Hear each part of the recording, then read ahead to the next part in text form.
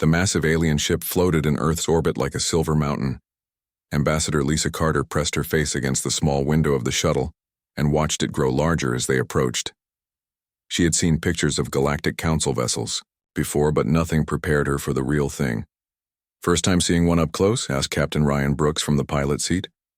His voice was calm, but Lisa could hear the excitement underneath. "Yes, and it's incredible," Lisa replied. She straightened her formal blue uniform and checked her documents one more time. Today was the most important day in human history. After 30 years of waiting and proving themselves, humanity was finally being invited to join the Galactic Council. The Council was a group of 47 different alien species that worked together to keep peace in the galaxy. They had rules about war, trade, and technology sharing. When they first met humans in 2357, they said Earth was too young and too violent to join, but now, things were different. Admiral Jake Morrison sat across from Lisa in the shuttle. He was a tall man with gray hair and serious eyes. He commanded Earth's space fleet, though it was still small compared to what other species had. Jake had fought in the Mars Colony War 20 years ago and knew how dangerous space could be. "Remember what we discussed," Jake said quietly to Lisa. "We tell them about our defensive capabilities, but we don't mention everything. Some secrets should stay secret." Lisa nodded. Earth had been building ships and weapons for decades, but they had only shown the Council their basic models. The aliens thought humans were still learning how to fight in space. It was better that way. Dr. Helen Martinez looked up from her tablet. She was Earth's expert on alien cultures and had spent years studying Council species. "The ceremony will be formal but friendly," she explained. "Counselor Zeph Prima from the Altarian species will present the membership documents. She's been our biggest supporter in the Council." The shuttle docked with the alien ship with a soft thump. Lisa felt her stomach flutter with nerves as the airlock opened. 3 tall blue-skinned aliens waited for them. They had large eyes and wore flowing robes covered in strange symbols. "Welcome, humans of Earth," said the tallest alien in perfect English. "I am Diplomat Velkan. We are honored to escort you to Nexus Prime for the ceremony." The alien ship was amazing inside. The walls seemed to glow with their own light and the floors felt soft under their feet. Everything was curved and smooth, very different from the sharp angles of human ships. Captain Brooks kept looking around with wide eyes, probably thinking about how to build something similar. During the 3-day journey to Nexus Prime, the aliens showed them incredible technology. They had machines that could make any food they wanted just by thinking about it. Their computers could translate any language instantly. Their medical equipment could heal wounds in minutes instead of weeks. "This is what we've been missing," Dr. Martinez whispered to Lisa as they watched a demonstration of alien farming techniques. "Imagine what we could do with technology like this." But Admiral Morrison seemed worried. That evening, he pulled Captain Brooks aside for a private conversation in their quarters. "Something feels wrong about this," Jake said. "They're being too generous. Why show us all their best technology before we even join?" Ryan frowned. "Maybe they're just being friendly. We've been waiting 30 years for this." "Maybe," Jake replied, but he didn't sound convinced. "Or maybe they want us to think we need them more than we do. Keep your eyes open, Ryan. Watch how they react when we talk about our own capabilities." The next day, they reached Nexus Prime. The Council's capital world was the most beautiful thing any human had ever seen. Cities floated in the clouds above vast oceans. Ships moved between the cities like schools of fish. Millions of different aliens lived and worked together in perfect harmony. The Council building was a crystal pyramid that reached into space. Inside, representatives from all 47 species sat in a huge circular chamber. Lisa had studied pictures of many of these aliens, but seeing them all together was overwhelming. There were species that looked like giant insects, others that were made of what seemed like living rock, and some that glowed with their own inner light. Counselor Zeph Prima stood to address the assembly. She was from a species that looked almost human, except for her silver skin and purple eyes. "Today we welcome a new member to our family," she announced. "The humans of Earth have shown they can be peaceful partners in our galaxy. The ceremony was long but impressive. Each species presented a gift to humanity. The gifts were mostly small items that represented friendship, but Lisa knew they were also symbols of acceptance. When it was over, she signed the membership documents with a pen made from Altarian crystal. "Welcome to the Galactic Council, Ambassador Carter," Counselor Zeph Prima said with a smile. "We look forward to working with your species." As they celebrated that night, Lisa felt happy but also nervous. Earth was now part of something much bigger than itself. They had access to amazing technology and new friends among the stars. But they also had new rules to follow and new responsibilities. Admiral Morrison stood on the balcony of their guest quarters, looking out at the floating cities. Captain Brooks joined him, holding 2 cups of alien drink that tasted like honey and starlight. "Beautiful view," Ryan said. "Yes, it is," Jake replied. "But I keep thinking about something Counselor Vex Thera said during the private meeting today." "The reptilian one? What did he say?" Jake was quiet for a moment. "He asked very specific questions about our fleet size and weapon types. More specific than someone making friendly conversation should ask." Ryan felt a chill despite the warm night air. "What are you thinking?" "I'm thinking we need to be very careful," Jake said. "Sometimes the most beautiful things in the galaxy are also the most dangerous." Neither man knew how right Jake was. In a secret meeting room across the city, 15 council species were already planning humanity's destruction. 6 months had passed since humanity joined the Galactic Council. Earth's colonies were buzzing with excitement as alien technology began arriving. New medical equipment that could cure diseases in hours. Faster ships that could travel between stars in days instead of weeks. Communication devices that worked instantly across the galaxy. Engineer Paul Watson was working late in the Technology Exchange Center on Luna Base. He was trying to figure out how the alien communication system worked when something strange happened. His computer screen filled with text in an alien language he didn't recognize. Paul frowned and tried to close the window, but more text kept appearing. It looked like some kind of conversation between different people. His translation software was having trouble with it, only catching a few words here and there. Words like humans and problem and solution. "That's weird," Paul muttered. He saved the data and kept working, but the strange messages kept coming. After an hour, he had recorded dozens of conversations. Most were in languages his computer couldn't translate, but one thing was clear. They were all talking about humans. The next morning, Paul took his findings to his supervisor, who immediately contacted Earth's Strategic Intelligence Division. Within hours, General Marcus Stone was looking at the intercepted messages in his secure office. General Stone was a careful man who had spent his life protecting Earth from threats. He had gray hair and sharp eyes that missed nothing. As he read, through Paul's translations, his face grew darker with each page. "Get me Commander Turner," he told his assistant. "Priority 1.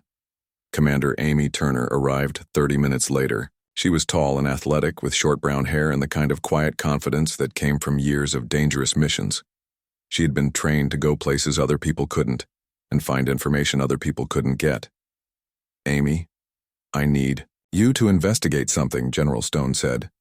He handed her the intercepted messages. "These conversations suggest that some council species are not as friendly as they appear." Amy read through the translations quickly. Her expression stayed calm, but Stone could see the anger in her eyes. "How reliable is this information?" "The engineer who found it is trustworthy. But we need more proof before we can act. I want you to take a team to several council worlds. Find out what's really happening." Amy nodded. "What's my cover?" "You're part of the cultural exchange program. Study their societies, learn their customs, make friends, but keep your eyes and ears open." 2 weeks later, Amy and her team were scattered across different council worlds. They posed as researchers, diplomats, and traders. Amy herself went to Vex Prime, the homeworld of Counselor Vex Thera's species. The reptilian aliens on Vex Prime were polite but distant. They had scales that changed color depending on their mood and large yellow eyes that seemed to see everything. Amy pretended to be interested in their art and culture while secretly watching and listening. On her 3rd day there, Amy discovered something that made her blood run cold. She was in a public building pretending to admire a statue when she overheard two officials talking in their own language. Her hidden translator picked up their conversation. "The human delegation will arrive next week for the war games," one said. "Good. Everything is prepared. The weapons platforms are in position and the bioweapon is ready for deployment," the other replied. "What about the other species? Do they suspect anything?" "No. They believe the humans started the fight. Our propaganda has been very effective." Amy kept her face calm, but inside she was screaming. They were planning to attack human ships and use biological weapons. This wasn't just unfriendly behavior. This was genocide. She spent the next few days gathering more information. The conspiracy was bigger than anyone had imagined. 15 different council species were working together, led by Counselor Vex Thara. They saw humanity as a threat that needed to be eliminated before humans became too powerful. The plan was clever and cruel. They would invite Earth's fleet to participate in joint military exercises called the Galactic Unity War Games. During the exercises, hidden weapon platforms would attack the human ships. At the same time, missiles carrying a virus designed to kill only humans would be fired at Earth's colonies. After the attack, they would tell the galaxy that humans had tried to take over the war games and had to be stopped. With Earth's main fleet destroyed and colonies dead or dying, humanity would be too weak to defend itself or tell the truth. Amy's team on other worlds sent similar reports. The conspiracy was real, and it was huge. They had been planning this for months, maybe years. They had studied human biology to create the perfect weapon. They had positioned ships and weapons throughout the Kepler sector, where the war games would take place. When Amy returned to Earth, she went straight to General Stone's office. Admiral Morrison was there too, along with several other top military leaders. She laid out everything her team had discovered. "How long do we have?" Admiral Morrison asked. "The invitation for the war games arrived yesterday," General Stone replied. "They want our fleet there in 2 weeks." The room was silent as everyone absorbed this information. Earth's leaders faced an impossible choice. If they refused to participate in the war games, the conspirators would know their plan had been discovered. They might attack Earth directly, or find another way to destroy humanity. But if they went to the war games, they would be walking into a trap designed to wipe out human civilization. "There is another option," Admiral Morrison said slowly. "We could spring their trap, but not the way they expect." "What do you mean?" asked General Stone. Morrison smiled grimly. "They think they know how strong we are. They think they've seen our best ships and weapons. But what if they're wrong? What if we've been hiding our real strength all along?" Commander Turner leaned forward. "Are you saying we have ships they don't know about?" "I'm saying that what the Council has seen is maybe 5% of what Earth can really do," Morrison replied. "We've been very careful about what we show them. Time to find out if our caution will pay off." General Stone stood up. "Then we need to talk to the President. If we're going to do this, we need to do it right. And we need to be ready for the consequences." As the meeting broke up, Amy looked out the window at Earth's blue skies and peaceful cities. Soon, those skies might be filled with alien ships bent on humanity's destruction. But they would discover that humans were not as helpless as they appeared. The trap was set, but the question remained: who would be caught in it? President Karen Williams stood in the Oval Office looking at the holographic display of Earth's solar system. Red dots marked the positions of alien ships watching from the outer planets. Green dots showed human vessels preparing for departure. In 12 hours, Admiral Scott Davis would lead 60 human ships to the Kepler sector for the war games. "Are you sure about this plan?" President Williams asked Admiral Morrison. Morrison nodded. "The ships Admiral Davis is taking are good, but they're not our best. If we lose them, Earth can still defend itself.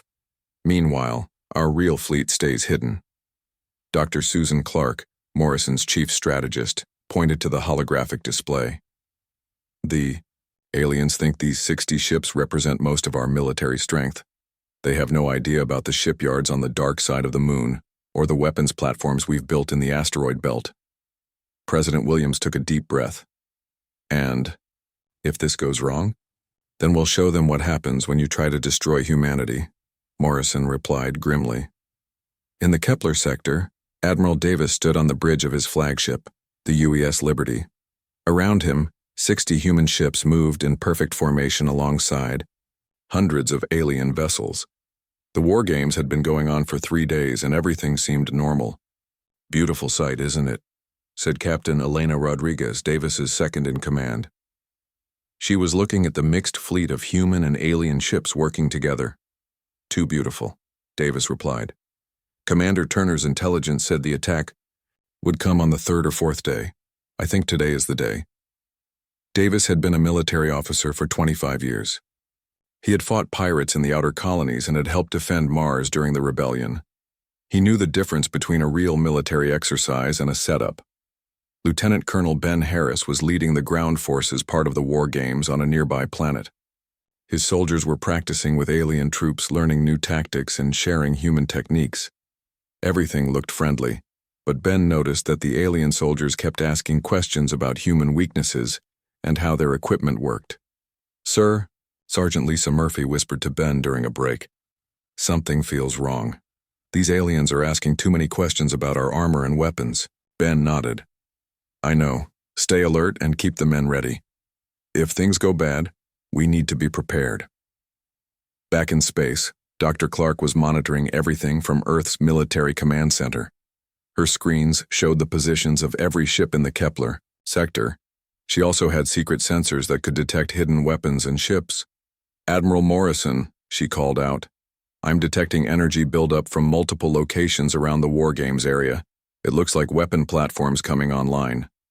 Morrison joined her at the control station. "How many?" "At least 50, maybe more. They're scattered throughout the sector, all focused on our fleet's position." Morrison activated his communication device. "Admiral Davis, this is Morrison. Execute Protocol 7 immediately." In the Kepler sector, Davis heard the code and his face hardened. Protocol 7 meant the trap was about to spring. He turned to his communications officer. "Send a message to all human ships. Prepare for emergency combat procedures. This is not a drill." Before the message could be sent, space around the human fleet exploded with weapons fire. Hidden platforms that had been disguised as asteroids opened up with energy beams and missiles. Alien ships that had been flying alongside humans suddenly turned their weapons on their supposed allies. The UES Liberty shook as enemy fire hit its shields. Davis grabbed the nearest control panel as alarms blared throughout the ship. "All ships, return fire," he shouted. "This is a trap. Repeat, this is a trap." The human ships fought bravely, but they were outnumbered 5-1. The aliens had planned this perfectly. Every human ship was surrounded by enemies. Their shields were failing, and their weapons were not strong enough to break through alien defenses. Captain Rodriguez's ship, the UES Defiance, took a direct hit to its engine room. "Scott, we're losing power," she called over the radio. "They've got us surrounded." On the planet below, Colonel Harris heard the battle raging in space.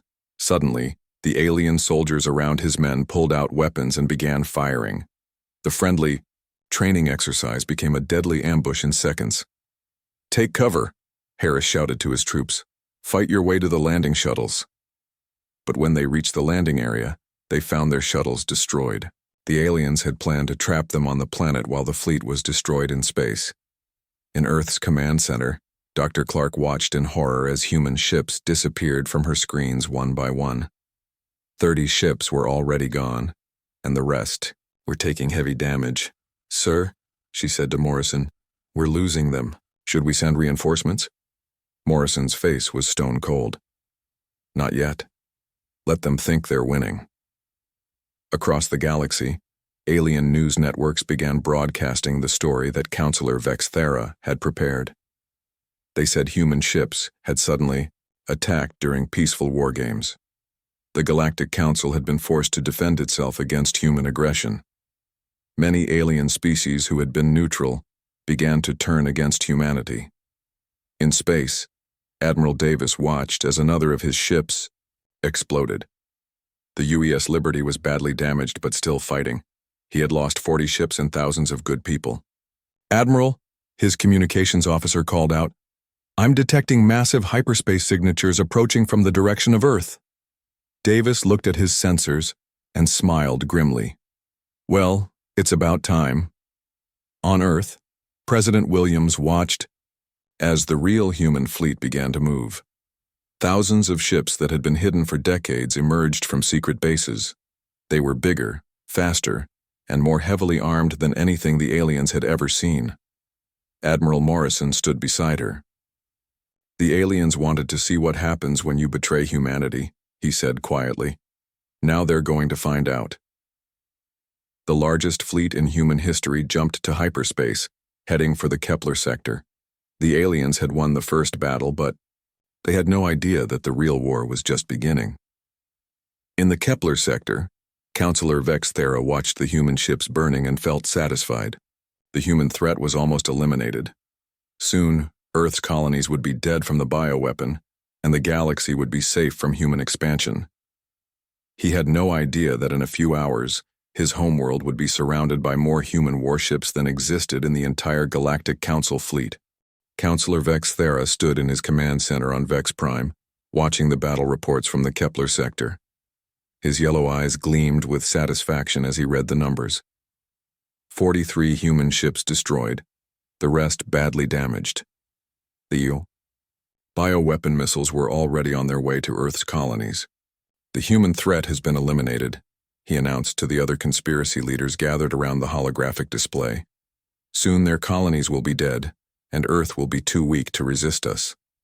The other aliens nodded and made sounds of approval. The insectoid representative clicked his mandibles happily. The crystalline beings from Sigma Prime hummed in harmony. After months of planning, their trap had worked perfectly. "Sir," called out a technician from across the room, "I'm detecting hyperspace signatures approaching the Kepler sector." Vex Thera waved a scaled hand dismissively. "Probably our cleanup crews arriving to collect the wreckage." But the technician's voice grew more worried. "Sir, these signatures are much larger than expected, and there are a lot of them." Vex Thera walked over to look at the sensor display. What he saw made his blood run cold.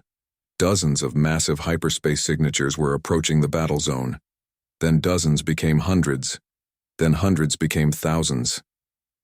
"That's impossible," whispered the insectoid representative. "Humans don't have that many ships."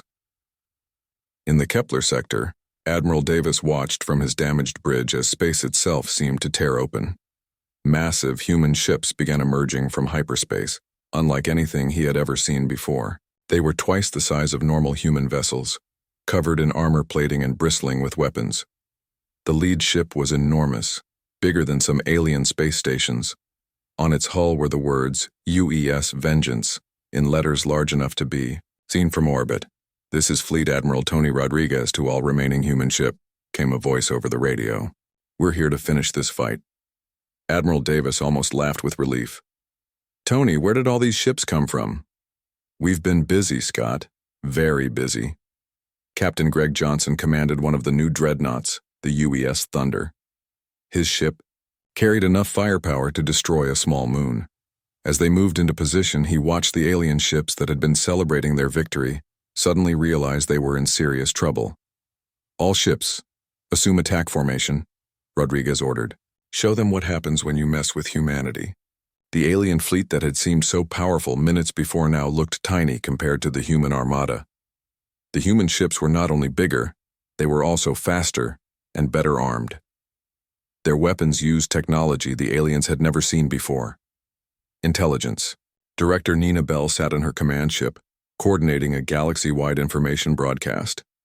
Within minutes, every planet in the galaxy was receiving the intercepted alien communications that proved the conspiracy. The evidence was overwhelming. The aliens had planned genocide, used biological weapons, and lied to the entire galaxy. "Let every species see the truth," Nina announced to her communication team. "Show them what these conspirators really are." On planets throughout the galaxy, alien populations watched in shock as the evidence played on their screens. Many species had believed the Council's story about human aggression. Now they saw that humans had been the victims of a coordinated attack designed to wipe them out completely. Counselor Zeph Prima of the Altarians contacted Earth immediately. Ambassador Carter, my people are horrified by what we have learned. We stand with humanity against these criminals. Back in the Kepler sector, the real fighting began. But this time, the humans had the advantage. Captain Johnson's ship fired its main weapon at an alien cruiser. The beam cut through the enemy shields like paper and destroyed the ship in one shot. Colonel Mike Anderson led the rescue mission to save the ground troops trapped on the planet. His Special Forces teams used new technology to teleport directly past alien defenses. Within an hour, they had rescued Colonel Harris and his surviving soldiers. How is this possible? Harris asked as they escaped in advanced shuttles that moved faster than anything he had seen before.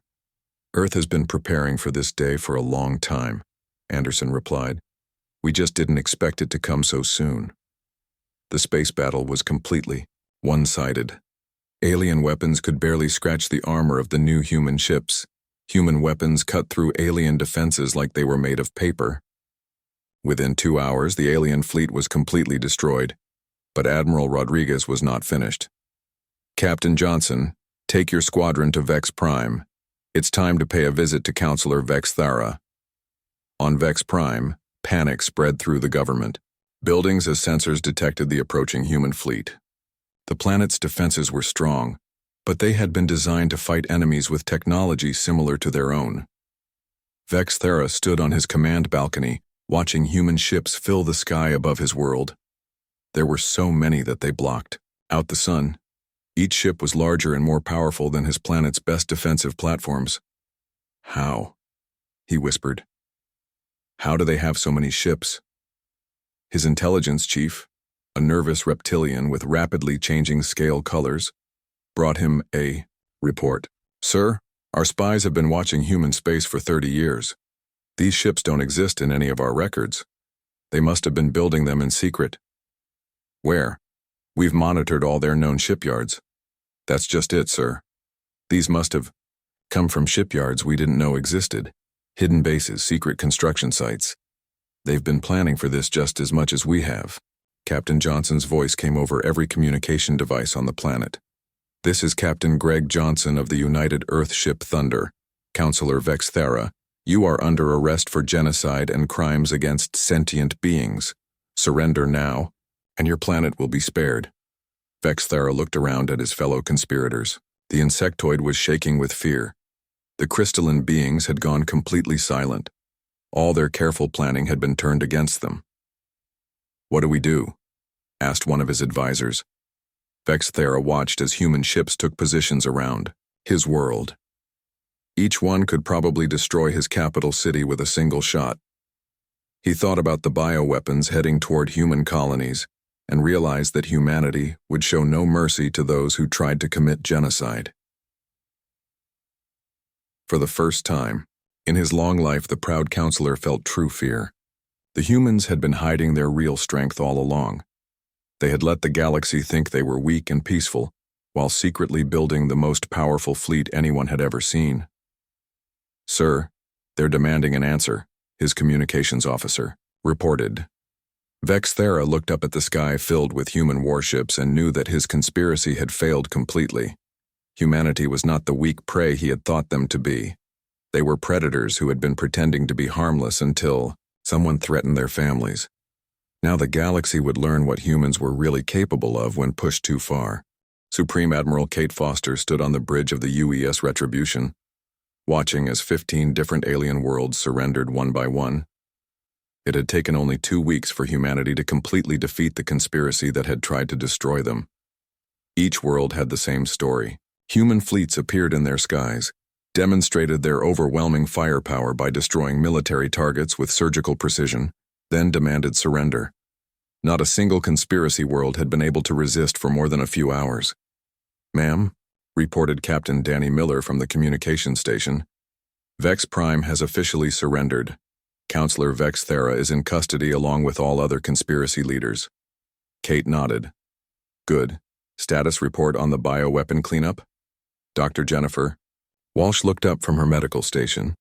All bioweapon research facilities have been destroyed. Our science teams are working with the affected colonies. We've developed treatments that should save most of the infected populations.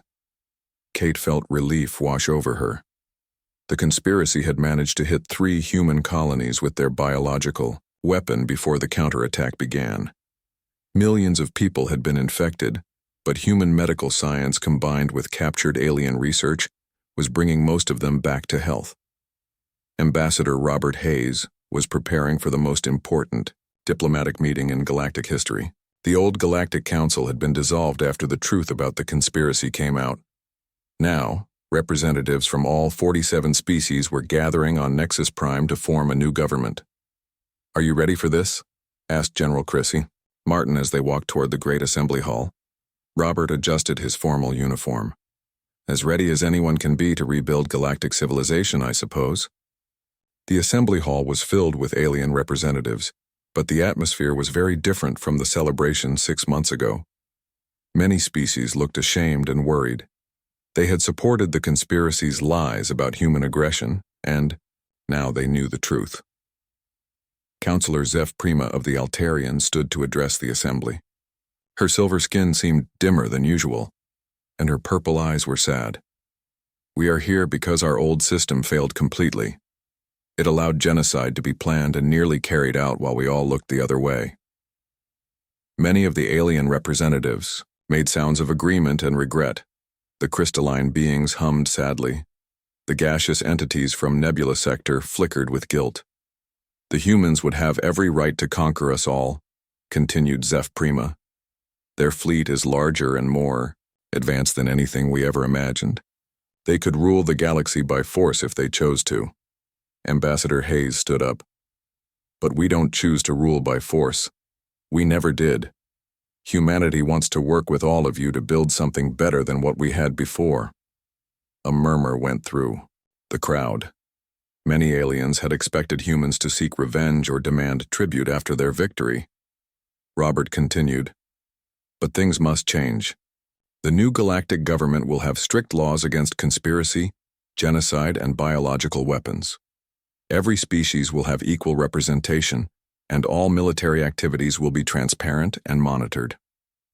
The insectoid representative, whose homeworld had been part of the conspiracy, clicked nervously. "What will happen to our worlds, to our people?" General Martin answered that question. "Your military leaders will face trial for their crimes. Your weapons of mass destruction will be destroyed, but your people will be helped to rebuild and rejoin galactic society as peaceful members." Over the following months, General Martin oversaw the reconstruction of the conspiracy worlds. It was not easy work. Many populations were angry about their leaders' crimes and the destruction that followed. But Martin had learned from Earth's history that lasting peace required justice, not revenge. On Vex Prime, human engineers helped rebuild the cities damaged in the brief war. Human doctors treated injured civilians. Human teachers helped establish new schools that taught the real history of what had happened.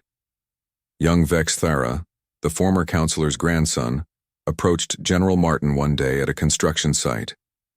"Why are you helping us?" the young reptilian asked. "We tried to kill you all." Martin knelt down to the child's eye level. "Because your grandfather's mistakes don't make you guilty. Every person deserves a chance to choose peace over war." The new Galactic Council was very different from the old one. Every species had equal votes regardless of their size or power. All military activities had to be reported publicly. Any species could call for investigation of suspicious behavior. Most importantly, humanity's role was officially recognized. Earth became the galaxy's peacekeeping force, with human fleets stationed throughout space to prevent future conspiracies and protect smaller species from aggression.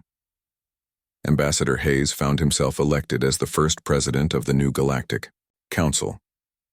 In his acceptance speech, he said, "We've all learned that peace is not the absence of strength, but the wise use of it." Captain Sarah Thompson commanded one of the new mixed-species crews that were becoming common throughout the galaxy. Her ship, the UES Harmony, had humans, Altarians, reformed Vex Prime reptilians, and 6 other species working together. "It's amazing how well everyone gets along when they're not plotting to kill each other," remarked her Altarian science officer. Sarah laughed. "Trust takes time to build, but it's worth the effort. On Earth, children learned about the conspiracy and the war in their history classes, but they also learned about the peace that followed and the friendships that grew between species who had once been enemies. Admiral Morrison, now retired, often visited schools to tell students about those difficult days. The most important lesson, he would say, is that strength without wisdom leads to tyranny, but wisdom without strength leads to victimhood. Humanity chose to be strong so we could be wise. The galaxy had learned a hard lesson about the cost of betrayal and the power of united humanity. But more importantly, it had learned that humans could be as generous in victory as they were fierce in battle. On a space station orbiting the rebuilt world of Vex Prime, human and alien children played together in the gardens while their parents worked side by side. It was a sight that would have been impossible before the conspiracy and the war that followed. Admiral Morrison watched them play and smiled. The galaxy was far from perfect, but it was better than it had been. Sometimes, he thought, you had to break something completely before you could build it back the right way. The children laughed as they chased each other through the gardens, not caring what species they were or what their grandparents had done. They were just kids playing together under the stars, and that gave Morrison hope for the future of the galaxy.